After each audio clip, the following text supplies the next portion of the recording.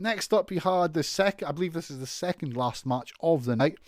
It was Britt Baker versus Shanna. Now, I've got a lot to say about this match. So let's get into it. As a Dragon Ball fan, I'm just going to say right off the bat, I like Shanna's Goku, like I'm a mark for Goku gimmick. That's cool.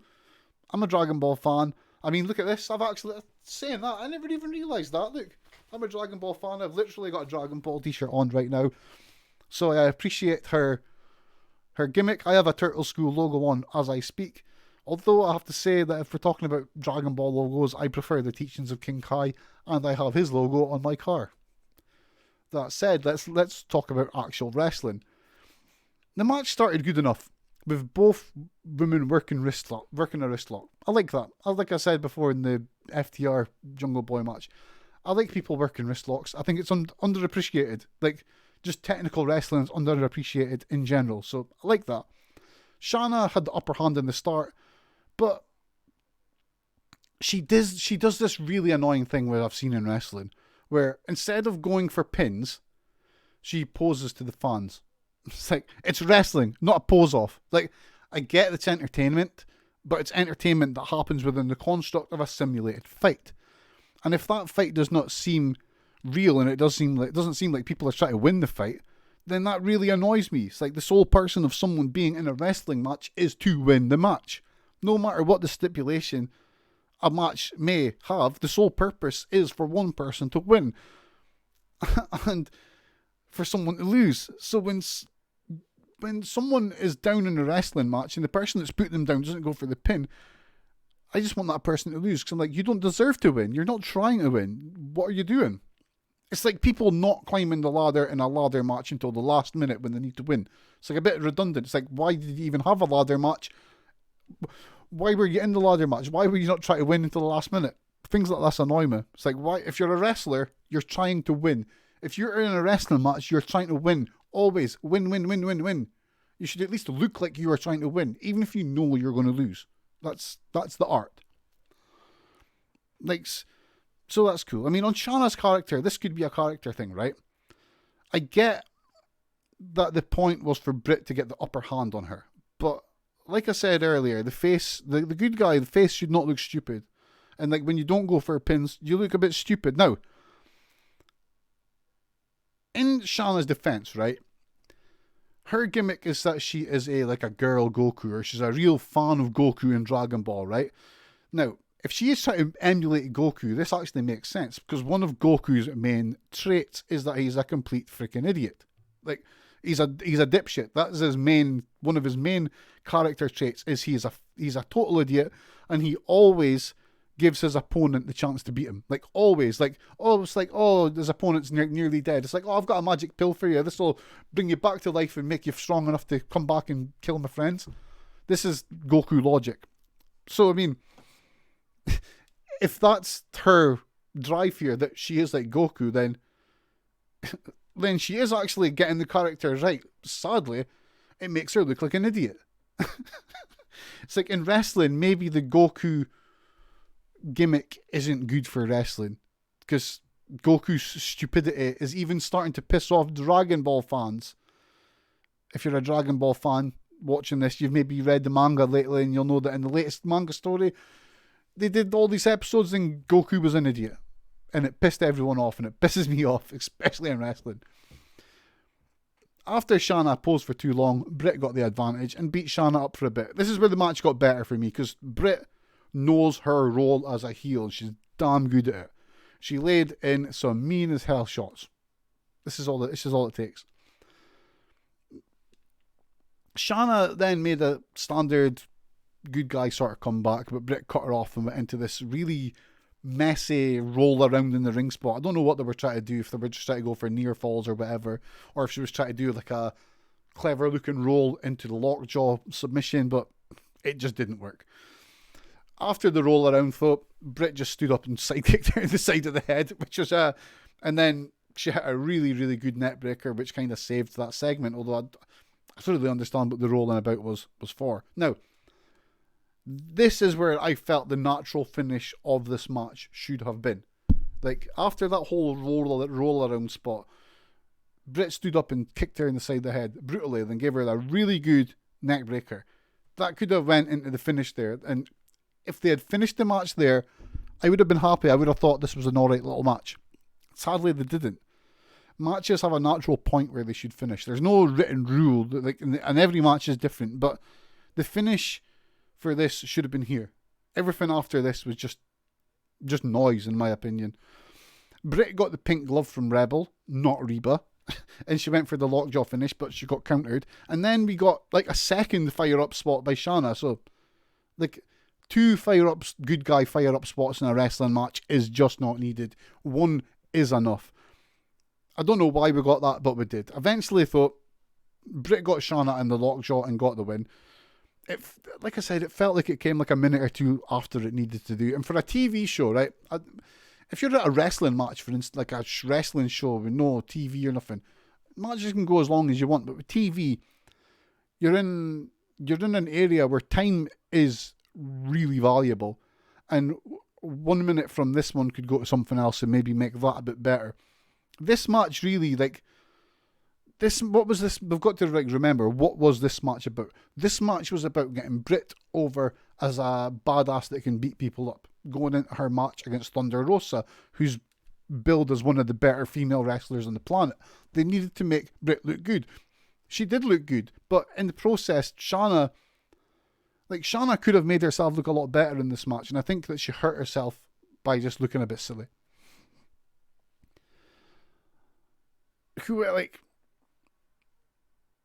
I get things. There's little things in this match like that annoy me. Like Shanna, like the whole second fire up really got to me. Sometimes shorter matches are better, and this is a common problem with AEW across all their matches. Like I've not seen it in the tag match. I've never seen a tag match go longer than it needs to in AEW, but there is definitely a very much a trend where matches go longer than they should. Obviously, AEW, we're a year and a half into it now, believe it or not. It's been quite a while, so it is something that over the months they have got a lot better at, but it's a problem that is still there. It does still exist. So hopefully they can work this out. Post-match, Britt put Shanna in the lockjaw again, and here, again, I got annoyed.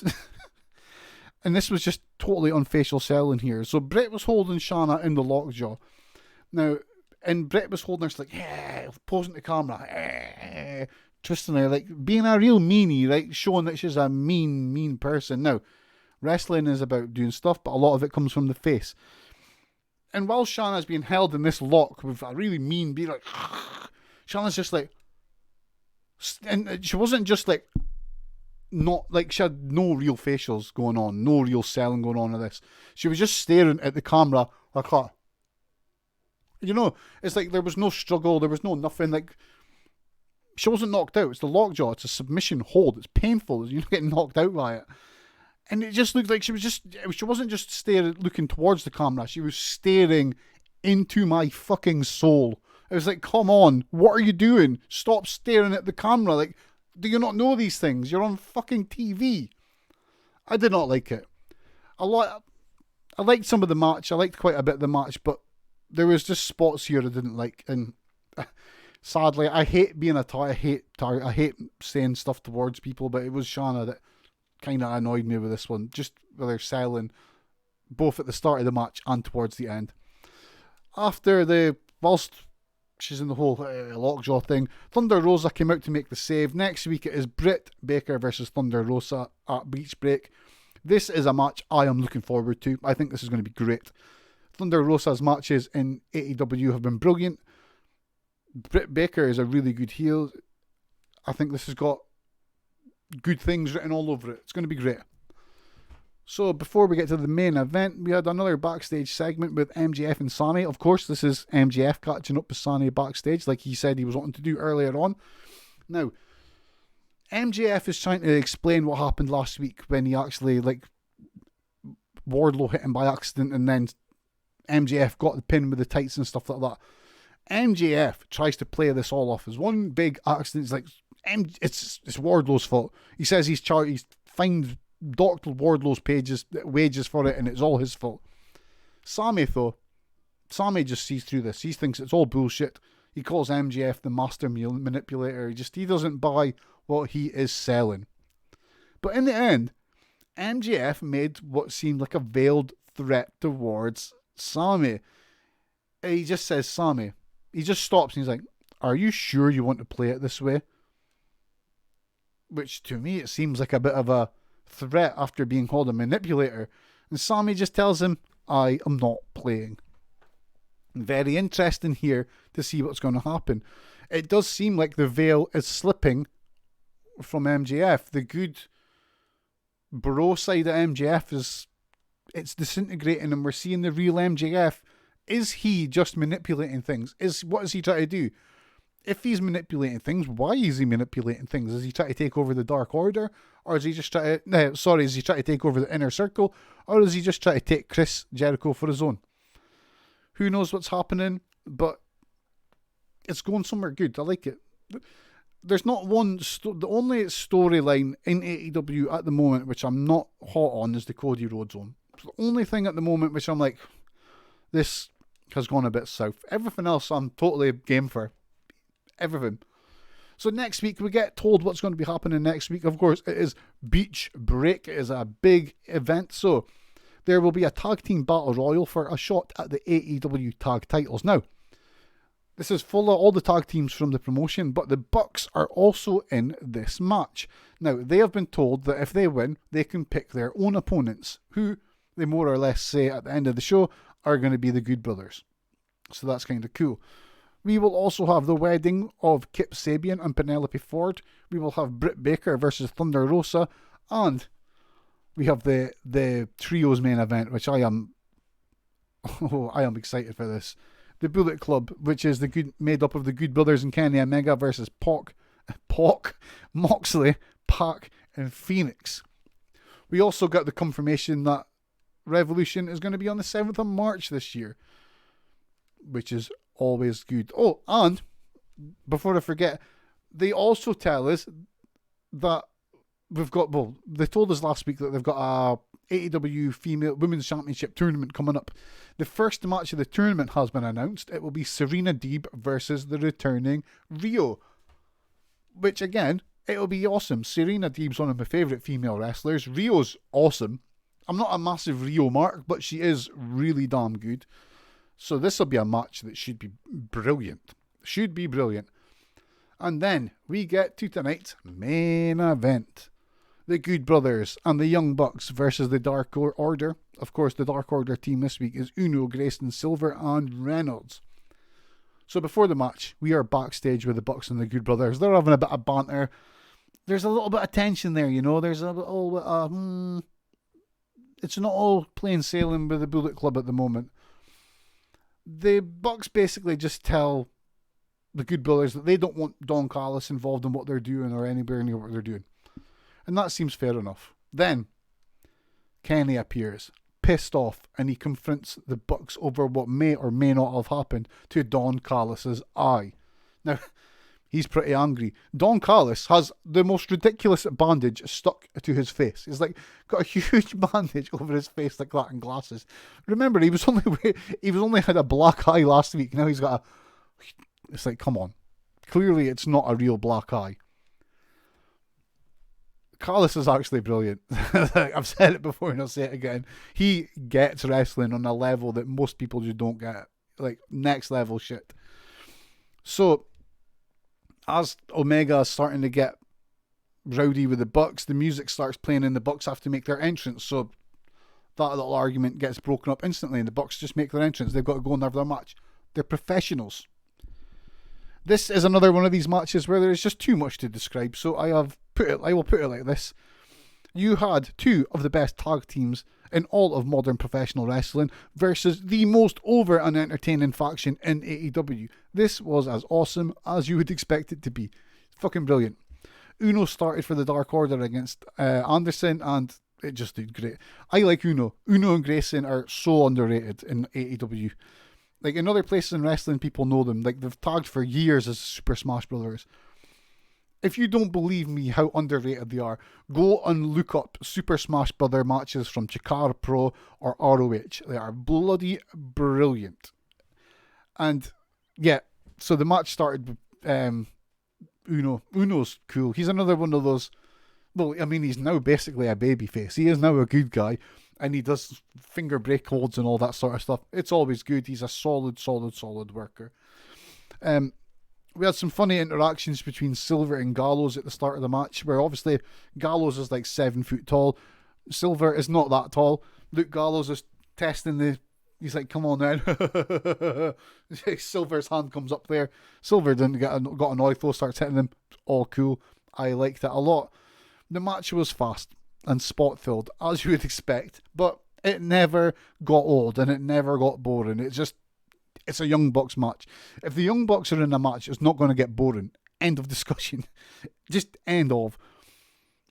Everyone looks brilliant in this. Just all 3 teams just looked amazing. I mean, you could say it's 4 teams because Silver and Reynolds are their own team as well as being in the Dark Order. Stu and Grayson are obviously Smash Brothers. They've teamed for years. It was just a perfect melting pot. It's exactly what you want from a professional wrestling main event in 2021. As we got near the finish, Silver and Reynolds hit their finishing sequence, which this time, like last week, like they've got their sequence. I can't remember the move word for word, but there's like move, finish. It is brilliant. Last week, the finish part of the sequence was the buckshot lariat. This week, obviously, because Uno and Grayson were with them, it was Silver and Reynolds hit their like 5-6 move sequence, and then it got passed on to Uno and Grayson, who then put another finisher on top of it. Uno then said later on social media that this was called the Hyper Combo. Whatever its name was, it's bloody brilliant. I love Silver and Reynolds' hyper sequence, or the Hyper Combo, or whatever they want to call it. Whatever, it's just brilliant. It's one of my favourite sequences in wrestling at the moment. While it's like one of those sequences, while it's long and there's loads of stuff to it, it doesn't get convoluted at the slightest because everything just flows perfectly. Everything just flows perfectly into the next segment. Brilliant. After more great action, the Bucks and the Brothers got the advantage. Uno and Silver, and basically, do I have the image of that? There's the Dark Order coming out. There's the backstage stuff with the Brothers and the Bucks. But yeah, the Bucks and the Brothers all got the advantage, and most of the Dark Order got power bombed onto the ring apron on the outside. Then, in the ring, Grayson gets hit with a 4-way super kick. Uno just managed to break the pin up here, but he gets instantly jumped again. The Brothers then hit Grayson with a magic killer. He was then hit with a Meltzer driver by the Bucks for the win.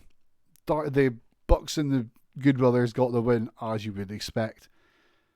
This was an amazing main event. So much happened. It's like, post-match, the Bucks take the mic and they issued the challenge to the Brothers. They basically tell them that if we win this tag team battle royal, we're coming for you guys. It's like, are they going to be collecting belts? I don't know. Let's hope they are.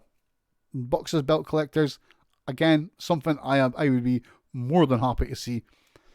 Phoenix then appears to try and jump everyone on his own, but the Brothers quickly get the better of him.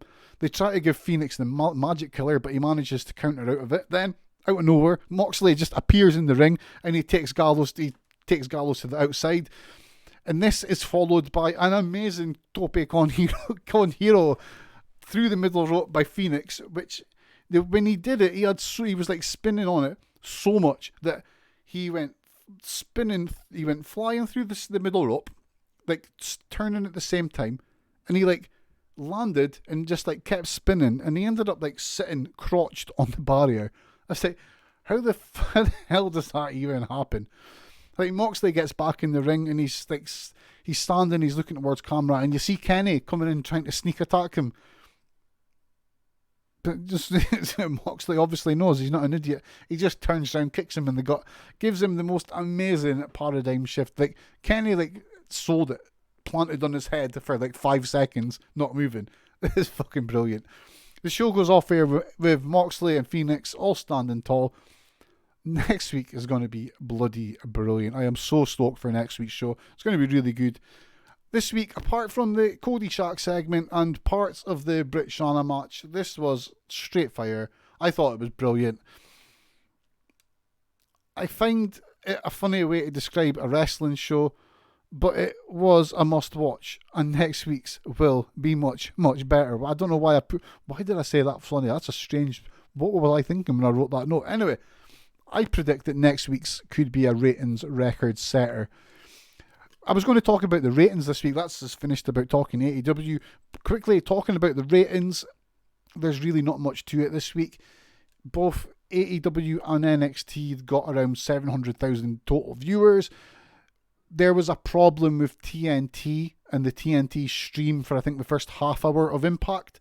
Because of that, for the first half hour of AEW, because of that, it screwed the ratings. So there was an issue that stopped things being counted right. So everyone's got low rate. Well, in NXT, you've got the ratings they should have had. They would have got the 700k, but AEW's was artificially down, which is quite annoying. Although the one fact I did hear from the ratings, and this was from Wrestling Observer, was that the peak ratings, the peak segment for ratings in the show was the Shaq and Cody segment. From then, everything went down. So I don't know if that's because that's where people were like, okay, this is the peak of the show, it's not going to get better than this, or if people turned off from that. This is something that we really don't know, and it's probably, well, it's not above my pay grade actually.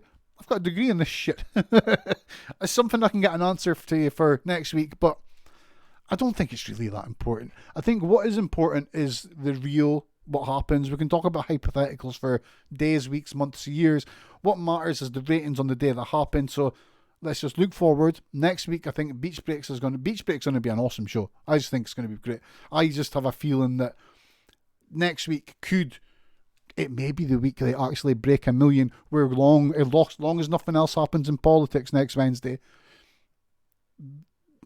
AEW have every chance of setting a ratings record for AEW, and I think it's just going to be a brilliant, brilliant show. But that's me done for today. This was a fun review today. As always, I love doing these reviews. Like I said at the top of the show, I'm going to be looking at the channel, look at what people are watching, when they're watching it, how to watch it. I'm thinking about changing the wrestling review to a Friday afternoon, moving the Friday afternoon game session to a Saturday afternoon. I think that might work well. I mean, yeah, the reason I do the wrestling reviews at the weekend is because AEW is on a Friday night in the UK. So my thought process is that if I do it then, I'm not spoiling it for people in the UK. But I might be missing a trick. So what I'm thinking about is maybe try wait 1 or 2 weeks on a Friday, see how that goes. If it works, we'll keep it there. If it doesn't, then we'll just go back to Saturday and we'll chill out. But regardless, you don't need to be there on a Friday or a Saturday. You can watch this on YouTube, Twitch, all over the shop. We're everywhere. So yeah, remember and follow us on Twitch. If you like what you said, if you like what you see and you want to support the channel, subscribe. We need subscribers. We need followers and subscribers. And yeah, hit me up at Twitter, at Voice Britannia, if you've got anything to say about the show. That's everything for me. I've been Steve Smith. You've been awesome. I'll speak to you all later. Cheerio.